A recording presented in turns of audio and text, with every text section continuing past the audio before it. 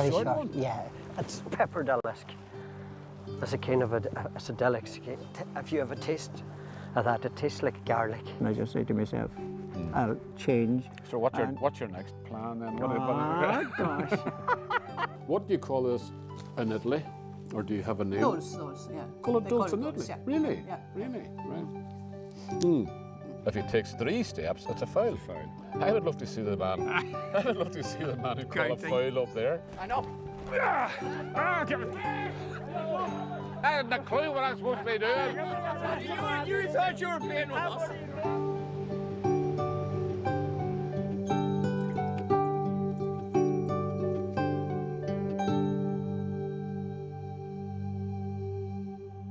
It's worth remembering that many of our very earliest Irish Christian saints would have been directly and quite recently descended from pagan ancestry. Their parents or their grandparents could have been practicing Druids, or at least have taken Druidic beliefs and principles very seriously. And at the core of those beliefs was a deeply spiritual relationship with the natural world. A relationship that wasn't abandoned entirely when the country as a whole converted to Christianity. Much of its influence was retained, and there's no doubt that it had a profound effect on the character of the early Irish Church. So it's hardly surprising, therefore, that what pagans would have regarded as openings into the womb of Mother Earth, the Christians blessed and continued to revere as holy wells. So why is that relevant in this day and age? It's relevant because many of our modern rural settlements, such as the one I'm visiting today, were founded originally by those early Irish saints. And not only have these places endured for over 1,000 years, the generations who inhabited them, I believe, also retain something of that deeply spiritual connection to the natural world. Welcome to the village and the ancient parish of Kilcar in the southwest of Donegal. The phrase God's own country is not one that 6th century saints would have been familiar with, but they certainly wouldn't have questioned the literal truth that it contained. And in God's country, no matter how wild or untamed, you didn't just build a church wherever you felt like it because you liked the view. Planning permission had to be sought in the form of a sign from the Almighty, and approval would only be granted if the pure of heart had chosen the exact place indicated by that sign. So when St. Carha came up to this part of Donegal in the year 540 AD to do penance for past misdeeds, we're told, he would have been unaware of his own saintliness, and not at all sure if he was worthy to build a church, never mind where he might do so. Tradition has it that he landed his boat here at Fintra Beach and immediately encountered a deer which was carrying a cross on its back. He followed the deer in a westerly direction until it reached a small hill overlooking a steep inlet of the sea. There the deer deposited the cross, and there St. Carha built his church. He must have got it right, because over 1,500 years later, it's still standing. Well, a good bit of it is, overlooking the modern village of Kilcar, whose name means the Church of Carha. It was in the grounds of this ancient walled church and graveyard that I met with local historian and author Dennis Lyons, or, to give the Irish form of his name, because this is a Gaeltacht area and he is a native speaker, Donogha O'Lyon. As such, he would be keener than most to preserve the older place names of the area. This, where we are, the townland where we are here now, that was called Naclania. Naclania. And Naclania is a Gaelic name, and it would get its name from a rough, slopey land coming down from the higher ground, coming down towards the river, and that would flatten out to the sachs or homes, as they've been called in this area here. That could nearly apply to every hillside around here, mind you, couldn't it? It could really.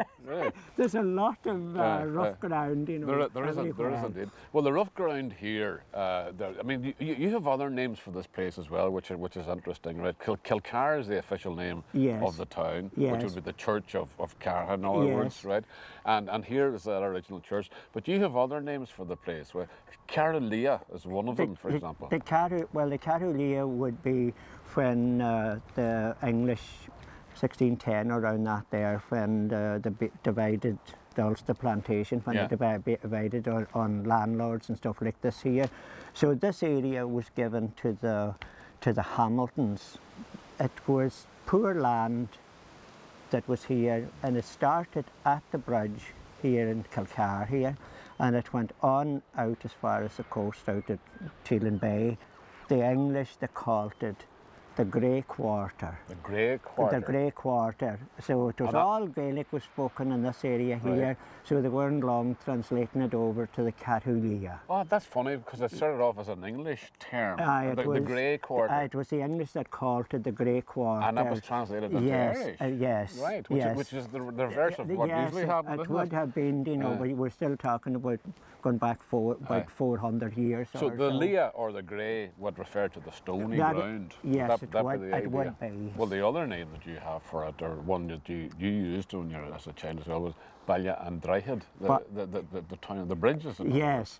Well, Balla and Dryhead, as you can see there behind us here, there's 4 bridges coming into it.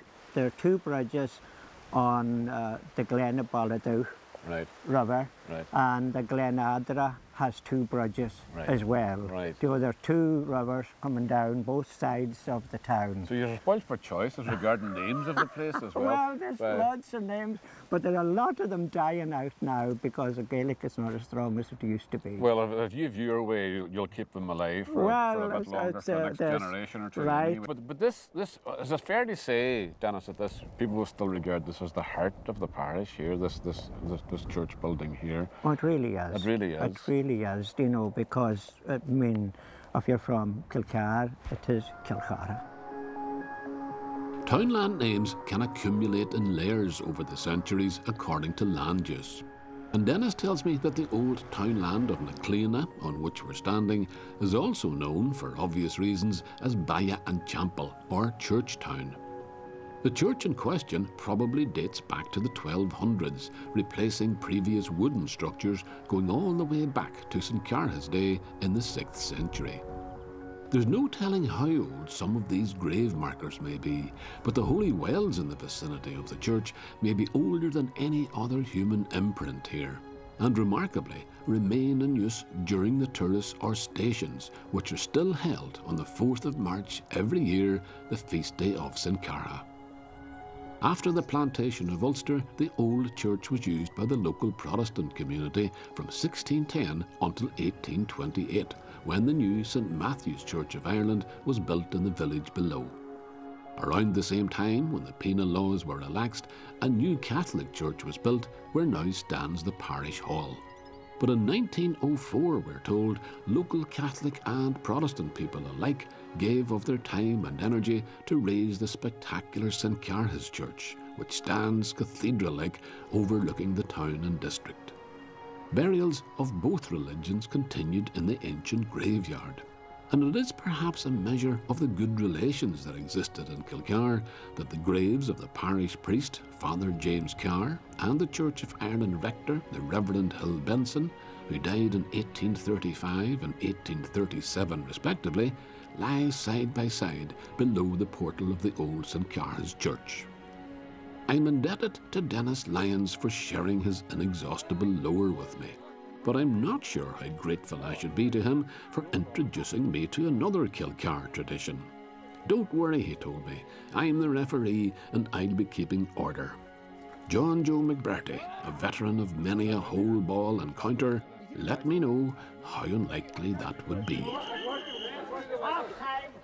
There's a mad crew out here today. There's a mad crew, Joe. I mean, we're talking about a game that it's very old. They reckon the Coast Guard people that worked in Teelan had brought this game here, and that the local people picked up on it.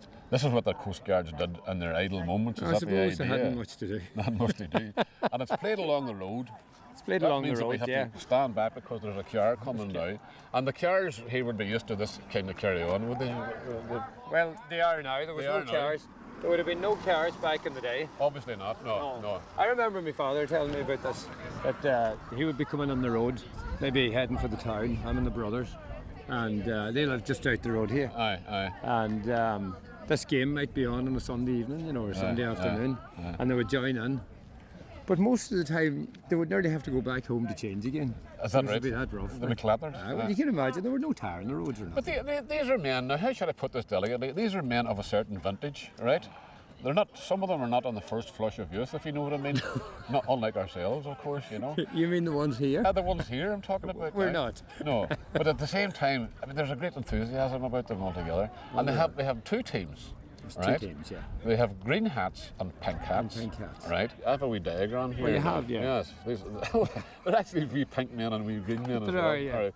So there's a goalkeeper here by the looks of things, right? There's a goalkeeper, so... And he's minding the creel, or the hole. That's right. Where the ball is meant to go. Do we have a creel? There's a creel, yeah, we have a creel up here. Up on that end up there. Okay, so he's the man on the far end, the furthest away man. Yeah, he's minding the creel.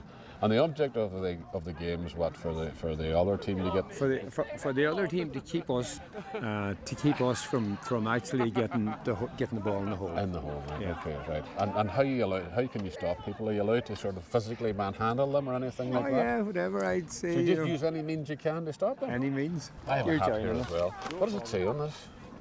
Kilcar whole ball team, right? What does it say in the pink ones? Same thing. The same thing. Right. Okay. Right, let's go! Right. Here. Give it back. Give it back. Give it back. No.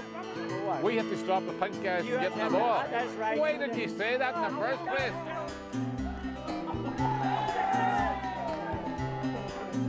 Right. You call that a throw? Put hands on this yard. Get down, Yeah. I don't have it at all. I don't know where it is. Ah! Get off it! It's mine! Right.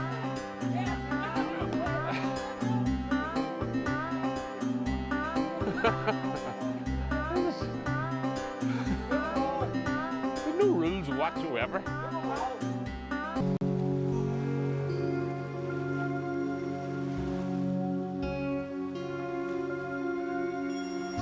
The moon and Muckross Point are two things that Michael McCluskey keeps a close eye on, because the moon controls the tide, and the tide will dictate whether or not Michael will be able to harvest the seaweed that grows in such profusion on Muckross Point.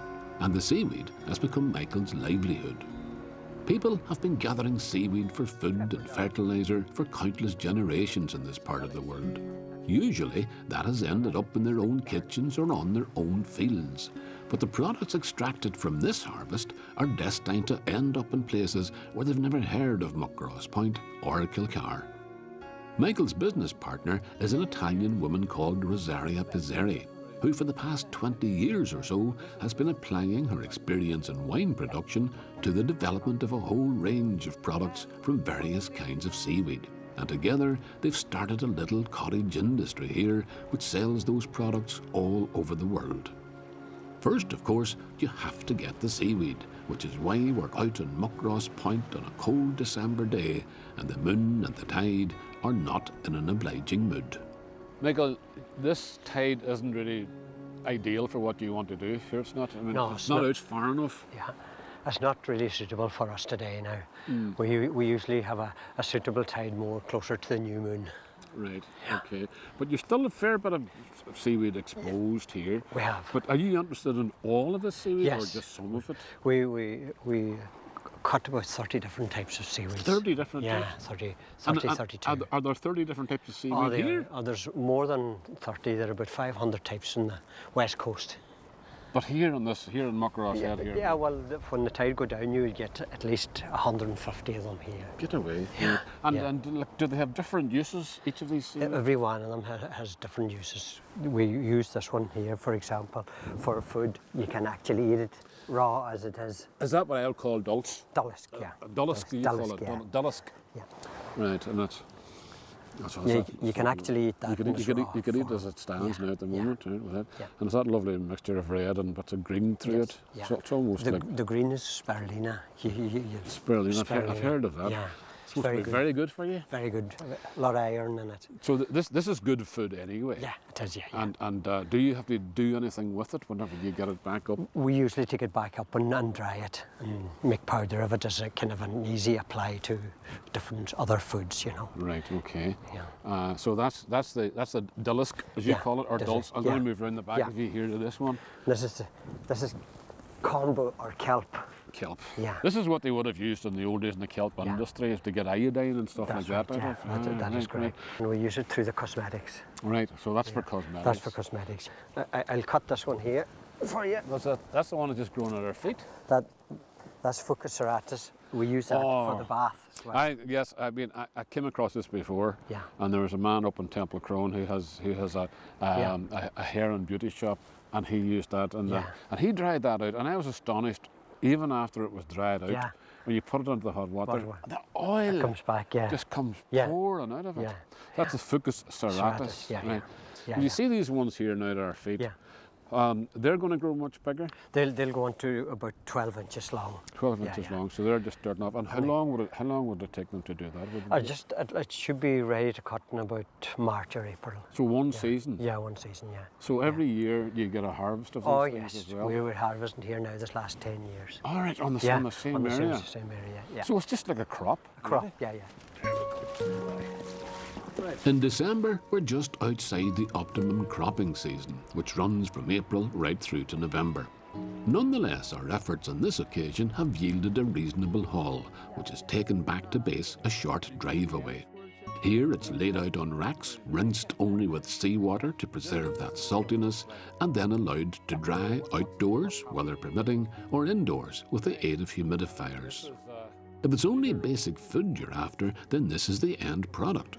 But if you've got imagination, an understanding of the science involved, and a bit of Italian flair, then this is really only the raw material for a whole range of dietary, health and beauty products whose efficacious powers Rosaria and Michael believe in implicitly. So much so that they've turned their conviction into a business, selling the produce of the South Donegal coast to a worldwide like-minded clientele. For the moment, Rosaria and I are confronted with 3 bags full of carrageen moss, of dulse, and some dried kelp or laminaria.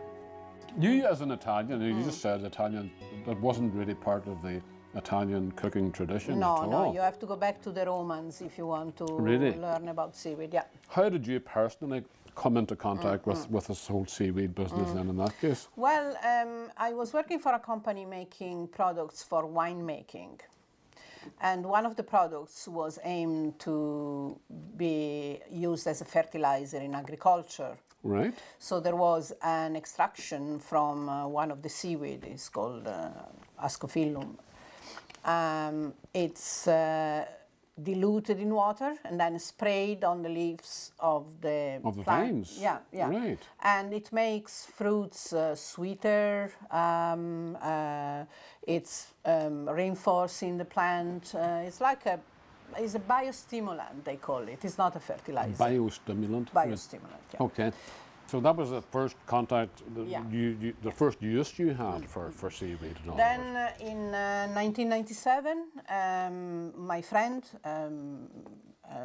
a woman I used to go on holiday with, and you know, my real friend, she got cancer, and so I thought maybe the seaweed is so good for the plants, could be good also for cancer. So I decided to start going in some place and get books and study about it, and so I studied quite a lot. In the meantime, unfortunately, she died, but I kept this passion because I discovered such a deep world into seaweed, so many researches made, abandoned by the pharmaceutical companies, obviously, because they are not interested in much in nature itself. And so I kept trying to understand if there was really something good for the health in the seaweed. Right, so these are all food, all three of these the only difference is that this one you don't eat, really. You don't eat just boil it and then take out the water from it, the gel from right, it. Right. And this one, then you can throw it in the garden as a fertilizer if you want to. Okay. But this one, no, you can eat straight out. This is bed, this is the dulse or dullisk, as you have learnt to call it. Yeah. What do you call this in Italy, or do you have a name? Dulse, yeah. Call it They dulse call in it Italy. dulse, yeah. Really? Yeah. Really? Right. Sorry, I should have asked permission to eat that. You don't mind right now? No. And this one, which And I this haven't. is the laminaria, yeah. This is the dried laminaria, and is that for food as well? Yes. And how would you? Well, eat this that? was the first seaweed that the Italian people learned to eat, not having any tradition of seaweed. Right. Because you can simply boil it with beans, you know, Right. when you cook the beans. Yeah. And then you can take out the seaweed, and the beans will not give you flatulence in the stomach. Really? Yeah. So that's So well. they used to cook this one for that very reason That at the very very reason. beginning. Yeah. We haven't learned to do that in Ireland quite yet. Yeah. In countries like Japan and China, the cultivation of seaweed is already a huge and well-established business. And in Ireland, there are quite a few companies like Rosaria's and Michael's joining this burgeoning international industry. It's an industry based on the traditional practice of harvesting the fruits of the sea in a sustainable way, just as generations have done before and continue to do so in some measure, sustaining the people as well as the environment, that is. And other traditional practices are also sustaining the local economy, providing livelihoods and supporting lifestyles here, as we'll find out in my next visit to Kilcar.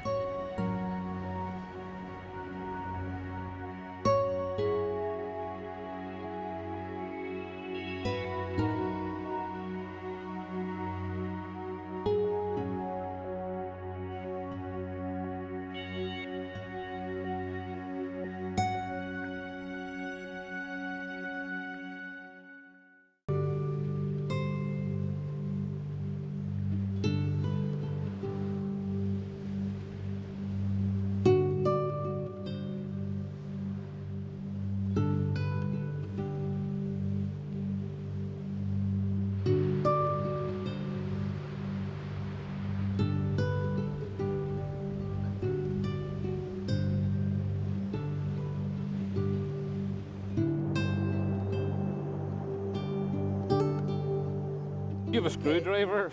Just in case. There's not too much going to escape you.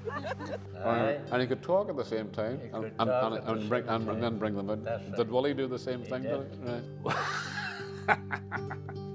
It's a family-sized jumper. That goes to a man in New York. And Are you serious? He has decreased by 10 inches since the last one he got made. In this particular piece I'm using 4 weft colours. Right. So I have 9 repeats of 8¼ inches, which is going to give me 74 inches, and that's going to make me Andy Morocco, so I start again. Right, you just blinded me with science there. Now, I just asked you not to do it, but I get the idea. There are certain times of the year you're not supposed to eat shellfish, isn't that right?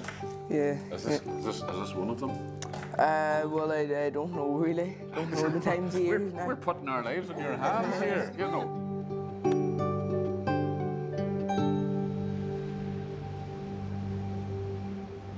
I often wonder if in some post-apocalyptic world we all had to survive by relying on our own skills, how many of us could manage to provide ourselves with the basic necessities. Very few of us in the so-called developed world actually make anything anymore, at least not with our own hands and not with the materials that nature provides. That's mostly because, as consumers, we simply buy anything that we need. And as a result, we've lost the traditional skills cultivated by our ancestors and handed down from generation to generation as basic survival strategies.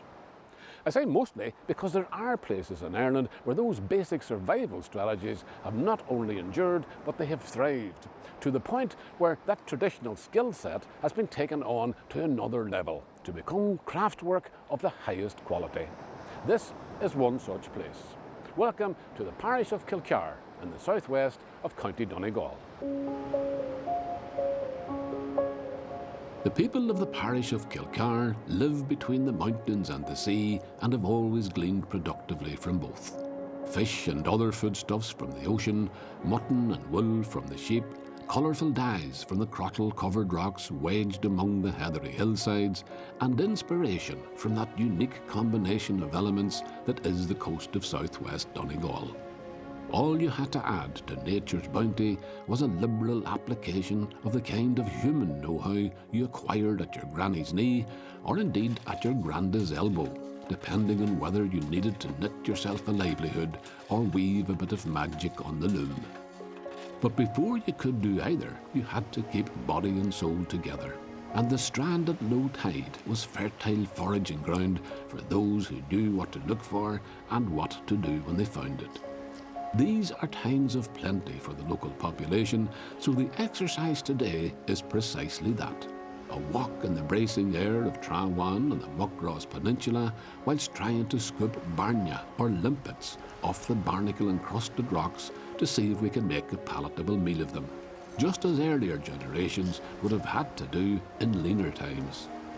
The barnya wouldn't exactly be the go-to choice of the seafood gourmet, as they have a reputation for being a bit rubbery and chewy. So the ladies and I are not that familiar with the process of gathering or cooking them.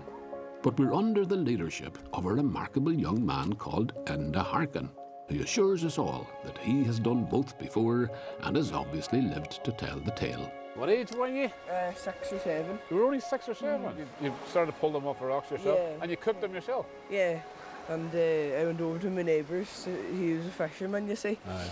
And I went over to see how you cooked them. And then he told me, and I went over and got the pot out and all. And you were allowed at 6 or 7 Aye. years of age to do Aye. that? I'm telling you. You were young to be starting that. Aye. There we go, up there. And For the taxonomically minded among you, I can tell you that the barnya, or limpet, belongs to the Patellidae family.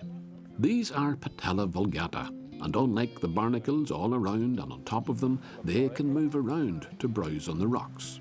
They can live for up to 20 years, so many of these bigger barnya will be older than Enda himself, although he is remarkably mature for someone who's still only 12 years of age. Nonetheless, he's not only our head forager, he's also our head chef. so it was Enda that got these in the first place, and then you all stole them on him, was that basically it? No, we were picking all morning. You were, right. Did people eat these traditionally in these parts, did they? The barnya? Years ago they did. Aye. Yeah. They liked all sea foods, you know, all the sea shell things like the cockles and the mussels and the... I used to talk to a woman up in Clonmany, you know, in North Donegal one time, and she was very fond of the seafood, the cockles and the mussels and the rest of that. But these, she would cook these, but she said these were very tough. But like chewing gum. But if you fried them afterwards, after you boiled them, it sort of softened them a little bit. So you boil them first of all, And then fry them. and then fry them. Right. Yeah. And did you spice them up with anything else or any other flavours or anything? They were nice with little bits of diced bacon. Yes, Aye. yes. Because I wouldn't fancy, even if rubber was well boiled and rubber was fried, it would still chew. It would still chew like They rubber still had the afterwards. salty taste of the sea. Aye. You know, even though they were a bit on the... Fair enough. Now I have to set the scene for the slightly surreal culinary adventure that follows.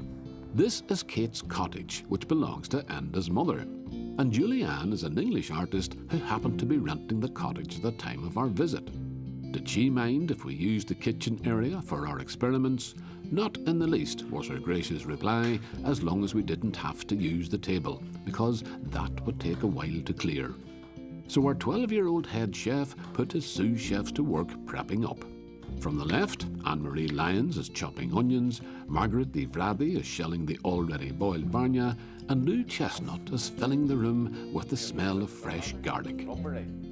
These already were cooked? Yeah. What did you do with those? You boil them, and then you take them out of the shell. You get some garlic, butter and onion. Right. And maybe whatever else. Right. And you put it into the pan. And you fry it up for a couple of minutes, and it'll be nice then. There are certain times of the year not supposed to eat shellfish, isn't that right? Yeah. Is this one of them? Well, I don't know really. Don't know the times of year. We're putting our lives in your hands here. You know, you're going to be responsible for the future of these people. Anyway, sure, nothing beats it dry. There's a lovely smell now. You can smell the onions, you can smell the garlic. Yeah. Here. You haven't got a wee bottle of wine tucked away anywhere at all, chilling somewhere? How do you end it? No? Right. Here goes.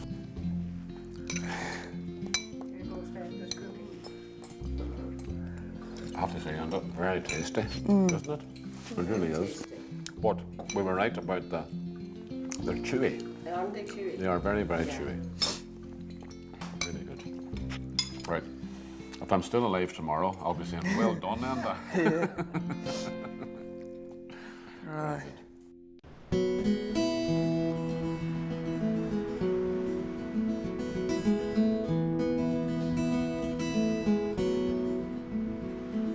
We're back down the road in the direction of the Try One again, because this is where Kathleen Meehan lives and works, surrounded by her raw material and also by the colours and textures that are often reflected in the wonderfully wrought objects that she brings into being. Kathleen is a one-woman cottage industry, a prodigiously productive knitting genius in my estimation, who has built up a bit of an international reputation, because her traditional Irish garments are as likely to be found in New York or Chicago these days as in the town of Killybegs nearby. Kathleen could knit in her sleep, I think, but she's much better company when she's awake because she's also a fascinating conversationalist. I think you knit almost unconsciously. I do. You do it. I do. Well, when anybody that's at it as long as I'm at it. But how do you, I mean, seriously, this is a serious question. How do you, this is a complicated pattern that you're doing, right? And the pattern's obviously in your head at this stage, and you don't even have to look at your hands. No. Do you know what you're doing? You can feel it with your fingers. So but you have to think about it, or no. Can you just switch off? Is it automatic pilot? It is, aye. At this stage, after all these years, I would be very stupid if I didn't know what I was doing by now. But I mean, they're all different. I mean, I'm looking. They are all different. We make them different. I make them different. I make up the patterns as I go along, and then you don't get bored looking at the same. I don't get bored, and the person buying it has something a wee bit different than what everybody else has. But I'm admiring the speed with which you're doing it. It's lightning speed. No. And I'm not just saying this because to please you, because I've never seen anybody doing it any faster. No, I have a sister who does it faster. Seriously? Yes. Her whole body moves when she's working. Her whole body moves. Kind of exercise. Yeah.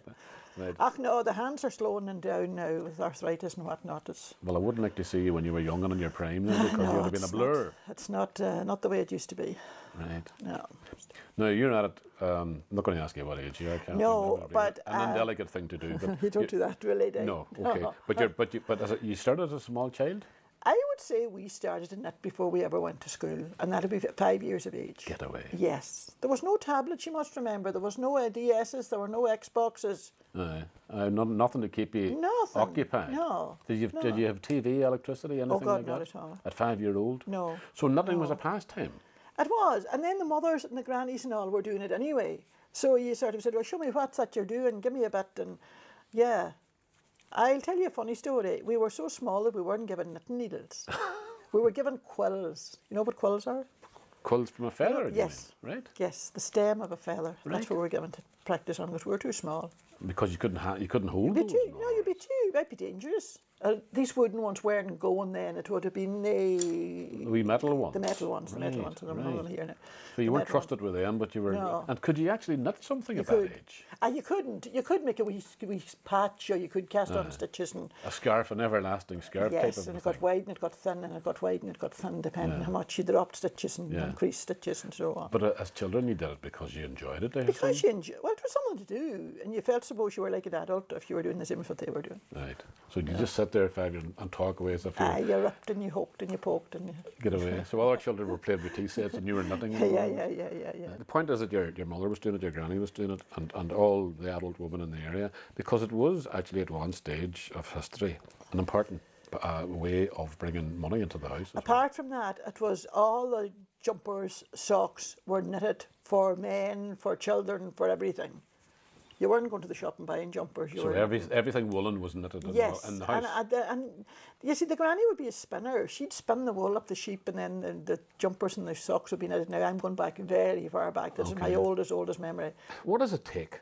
I mean, you're at it a long time, as you say yourself, right? You hand down this skill down the generations. Yeah. But you must need some basic talent for this thing. No, you must need a love for it. Well, that's part of it. You must need a love for it. I think, looking back, that I must have always loved wool. Because one of my memories going back is my mother was widowed when we were very, very small children. And there was this man, he's dead now, God rest him, he used to come on an evening about September, October, with a bag of wool over his shoulder because he was weaving for somewhere. And I used to love to see this bag of wool come on, thinking, oh God, I can't wait to get into that, see what kind of colour is it. So you just loved the I texture just loved of it. I loved it, and I loved picking out the colours I was going to make my school jumper of because there was no uniforms, you know, and things like that. So I think I always had a liking for the wool. I love wool. Kathleen Meehan, a reverie of childhood in every stitch, and every stitch fastened by an unbroken tradition stretching back for generations of mothers and daughters as the quiet click of needles accompanied conversation. Not so for the menfolk, whose looms could be heard across the still waters of Donegal's bays. Weaving a way of life when we come back.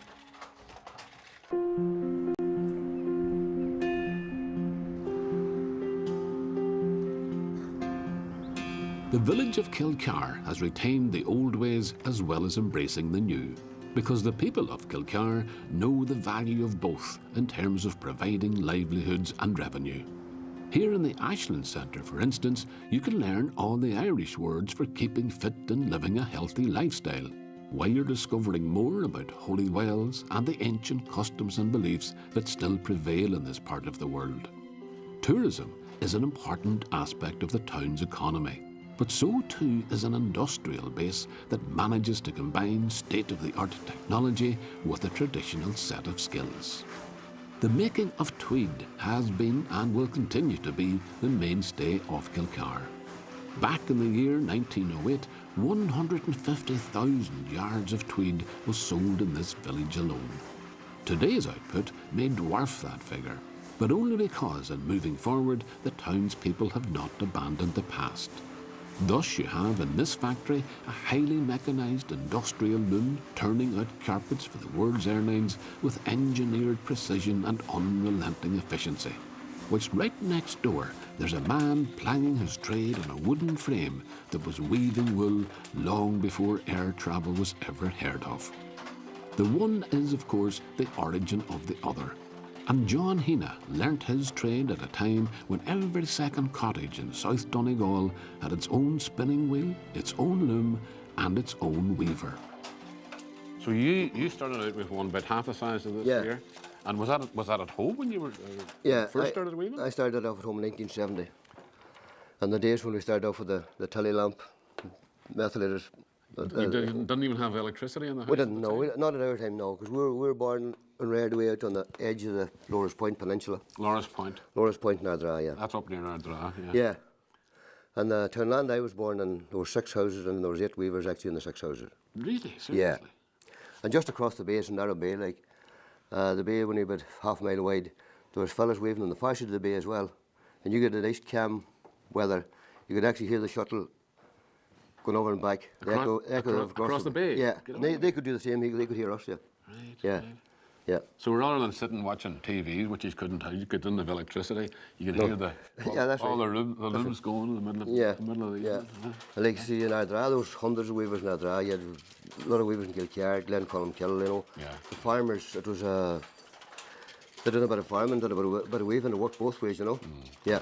But it was a real traditional skill. Yeah. You had to learn that from somebody else. Does that come down from your parents? Yeah. Yeah, my father wove and my uncle actually wove. He went to Downings, to McNutt's and the Downings in 1952. Right, right. The year I was born. That's right. Right. You're wearing pretty well now. And it was mostly the men who did this occupation. Oh, yeah. Right? Well, in later years, you know, I know a few women doing it, like, you know. Yeah. And there's no problem, like. Yeah. Maybe the wide looms could be a problem, you know, but... Did you find it difficult, or did you take to it naturally at the start? Or it came naturally, like, you know. Fairly naturally? Yeah. Right. But it's all about timing. Timing? Yeah. But you're proud of the kind of stuff that you can make in this here. Exactly. I think pride's got a lot to do with it. Well, there's, like you see, like in this here studio, and all, like, we get thousands and thousands of visitors. And they really admire what we're doing, like. Yeah. And, you know, you feel good about it. at the end of the evening you're doing something that you're pleasing somebody and they're interested and they're going to buy it. And I was saying to you when I first came on at the start, there's something about this that reminds me of a piano player. Right. And but no, the grand piano, and the pianist walks out on the stage and he does all this wonderful things with his hands and he plays this beautiful music and all these people are applauding. I think there's an element of that. Whenever you get a crowd of visitors coming up a bus on here, and here you are, and they're bewildered by what's going on here. But there is that sense of pride in what you're doing. Several people have mentioned that, you know. There's a performance art involved in it. Would that be fair? Well, the loom is, of course, you have to tune the piano, and you have to tune the loom as well. Like, you know, so lots of things can go wrong. Oh, exactly. Yes, as with all things in life, you learn from your mistakes. And young Kevin McGillicuddy tells me he has made plenty of those in the 4 years that he has spent acquiring the skills and the qualities needed to become a weaver. But hopefully, he'll be performing at this ancient instrument for many years yet to come. Down in the main foyer of the Ashland Centre, I came upon an exhibition recalling another craft that once flourished in every rural village, but has nowadays sadly all but disappeared. Willie Hall was a shoemaker who was born in the year 1901, and when he died in 1984, the trade died with him. But fortunately, all the tools of that trade were preserved for posterity, and his friend John Haggerty is now able to revisit a skill set and a lifestyle that was once a core element of the Kilcar village community. From 9 to 9 was his frigid hours. 9 to 9's a long 9 day, to 9 every day, 6 days a week. Get away. He did, and he reared 9 of a family. As a shoemaker? As a shoemaker. See, and shoe repairer and shoemaker, because you can see the moulds there. So he could make the whole thing from scratch? Oh, he could, no problem at all. Nearly every house had their own last. That's right. Was there a last on your house? There were, and my father had done it like, you know, he would put on heels maybe and thing, and toe caps. How did Willie Hall make his living then, if all the houses around had their own lasts? All they done is just temporary things, maybe. So they would only, at home you'd only do basic repairs, in other words? That's right. You wouldn't very basic. You wouldn't make the whole shoe? You would not. Yeah. You would use them out till well, I was going to say, fall off you. I was going to say, in an area where not a lot of people had an awful lot of money. No, they didn't have those boots and shoes had to last a long time. They had to last, and they went. They lasted from one child to another. Handed down. Next child handed down. Handed down. They did. Yeah. Well, I'm just looking at some of these here now, and I'm intrigued by the size of these. That's a child's shoe. That's a child's shoe. A child's mould. But, as you would know, that children didn't have shoes. They were going about in the bare feet until they were near ready to go to school. Whenever you see children who were photographs of them and so on, and right up until relatively recent times, I mean, they were running about in their bare feet. That's right. I mean, I went in the bare feet from the 4th of March. That was Cara Day, the local Cara station that's up here. Yeah. From the 4th of March until on in November, maybe. So you were classed as a fairly tough client if you kept stayed in the bare feet until near Christmas. Did you actually? So for St. Cara's Day, which was, as you say, the 4th of March, right up to November, so all through the summer months, right? All through the summer months. And you went in your bare feet? I went to bare feet, went to church in the bare feet and thing. That was back in the 40s. And that was normal for everybody else? It was normal for everybody. So there you are. And your father would have had a last in the house for doing repairs. Yeah. And you probably picked up a few things from him as well. I did indeed. I did. So, and every household. And as well at the shoemaker, you would pick up things like, you know. Oh, would you be watching Willie doing what he was doing? Oh yeah, that's right. You see, there was, in my time, there were at least 6 shoemakers in the parish, like, you know. 6 of them? There were 6 of them. And there was work enough to keep 6 men going? Oh, there were. Oh, definitely. Right.